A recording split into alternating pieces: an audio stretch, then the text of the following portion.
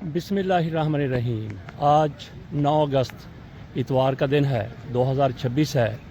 सुबह के 7:15 बजे हैं।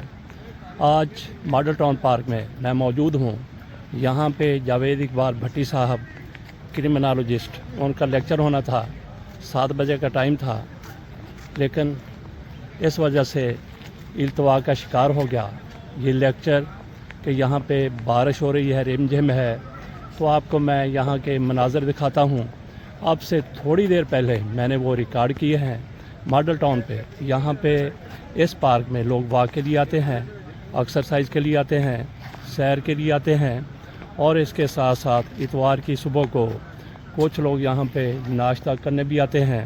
तो आपको मैं दिखाता हूँ कि किस तरह से एक सालगिरह भी यहाँ पे हो रही है और एक लेक्चर भी यहाँ पे उसका इस्तेमाल किया गया है।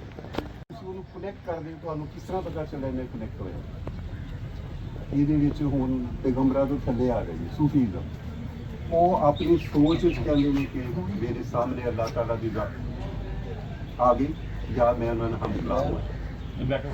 ਤੇਰੇ ਖੜੇ ਹੋਣਾ ਸਾਰਾ ਜਿਹੜਾ ਨਾ ਮੈਂ ਬਜ਼ੁਰਗ ਆਇਆ ਨਾ ਮੈਂ ਬਜ਼ੁਰਗ 5 ਮਿੰਟ ਦੀ ਗੱਲ ਹੁੰਦੀ ਤੇ ਸਿੱਧੇ ਬਜ਼ੁਰਗੋ ਇਧਰ ਆ ਜਾਓ। ਮੈਂ ਆਪਕੋ ਨਾ ਵੀ ਮੇਰੇ ਤੋਂ ਨਾ ਪਾਓ ਇਧਰ ਆ ਜਾਓ ਸਰ ਪਲੀਜ਼ ਗੱਲ ਕਰ। ਜਦੋਂ ਤੁਸੀਂ ਕਨੈਕਟ ਹੁੰਦੇ ਹੋ ਹਾਊ ਯੂ ਨੋ ਕਿ ਅੱਲਾਹ ਤਾਲਾ ਮੇਰੇ ਸਾਹਮਣੇ ਆ ਗਿਆ,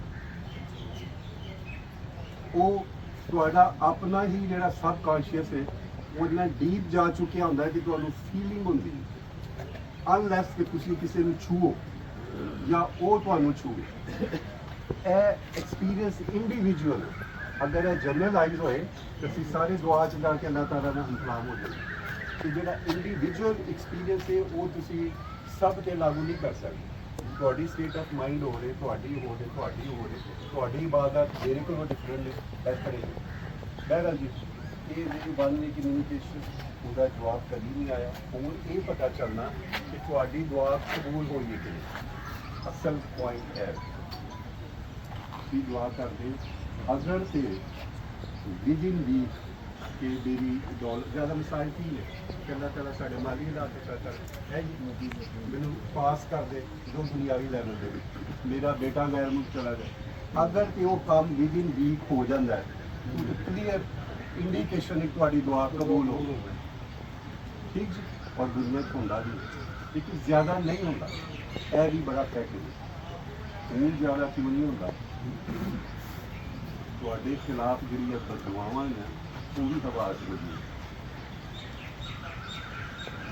ਇਹਨੂੰ ਵੀ ਬਸ ਸਮਝੇ ਥੋੜ੍ਹੀ ਜਿਹੀ। ਤੁਸੀਂ ਕੋਈ ਵਨ ਵੇ ਰੈਸਲਰ ਦੁਨੀਆ 'ਤੇ ਨਹੀਂ ਆਏ ਕਿ ਤੁਸੀਂ ਸਾਰੇ ਚੰਗੇ ਕੰਮ ਕਰ ਰਹੇ ਹੋ ਔਰ ਤੁਸੀਂ ਹੀ ਅੱਲਾ ਨਾਲ ਹਮਕਲਾਮ ਔਰ ਉਹੀ ਤੁਹਾਡੇ ਨਾਲ ਕਨੈਕਟ ਹੈ ਔਰ ਜੋ ਤੁਸੀਂ ਬੋਲ ਰਹੇ ਉਹੀ ਕਬੂਲ ਹੋਏਗਾ। ਨੋ ਵੇ। ਤੁਸੀਂ ਕਿਸੇ ਦਫ਼ਤਰ 'ਚੋਂ, ਭੈਣਾਂ ਭਰਾਵਾਂ ਵਿੱਚੋਂ, ਯਾਰਾਂ ਦੋਸਤਾਂ ਵਿੱਚੋਂ ਕਿਸੇ ਨੇ ਮੂੰਹ ਤੋਂ ਨਹੀਂ ਬੋਲਿਆ, ਤੁਸੀਂ ਕਿਸੇ ਦਾ ਦਿਲ ਦੁਖਾਇਆ, ਉਹਦੇ ਦਿਲ 'ਚ ਭਾਵੇਂ ਬਦਦੁਆ ਨਹੀਂ ਨਿਕਲੀ ਲੇਕਿਨ ਅੱਲਾਹ ਤਾਲਾ ਨੇ ਤੁਹਾਡਾ ਉਹ ਗਲਤ ਜਿਹੜੀ ਹਰਕਤ ਹੈ ਉਹਨੂੰ ਬਦਦੁਆ ਦੀ ਸ਼ਕਲ ਹਵਾ 'ਚ ਮੌਜੂਦ ਹੋ ਜਾਏ। ਜਿੰਨਾ ਮਰਜ਼ੀ ਰਹੋ ਰਸਤੇ 'ਚ ਸਟਕ ਹੋ ਜਾਏ ਉਹਦੇ ਤੱਕ ਪਹੁੰਚ ਨਹੀਂ। ਇਹ ਬਿਲਕੁਲ ਫੈਕਟ ਹੈ।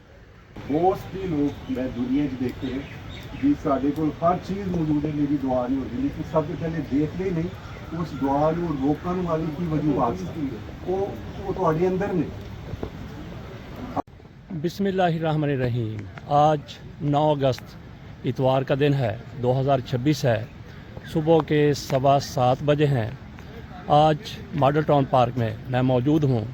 यहाँ पे जावेद इकबाल भट्टी साहब क्रिमिनोलॉजिस्ट, उनका लेक्चर होना था, 7 बजे का टाइम था, लेकिन इस वजह से इल्तवा का शिकार हो गया ये लेक्चर कि यहाँ पे बारिश हो रही है, रिमझिम है। तो आपको मैं यहाँ के मनाज़र दिखाता हूँ। अब से थोड़ी देर पहले मैंने वो रिकॉर्ड किए हैं मॉडल टाउन पे। यहाँ पे इस पार्क में लोग वॉक के लिए आते हैं, एक्सरसाइज के लिए आते हैं, सैर के लिए आते हैं, और इसके साथ साथ इतवार की सुबह को कुछ लोग यहाँ पे नाश्ता करने भी आते हैं। तो आपको मैं दिखाता हूँ कि किस तरह से एक सालगिरह भी यहाँ पे हो रही है और एक लेक्चर भी यहाँ पे उसका इस्तेमाल किया गया है।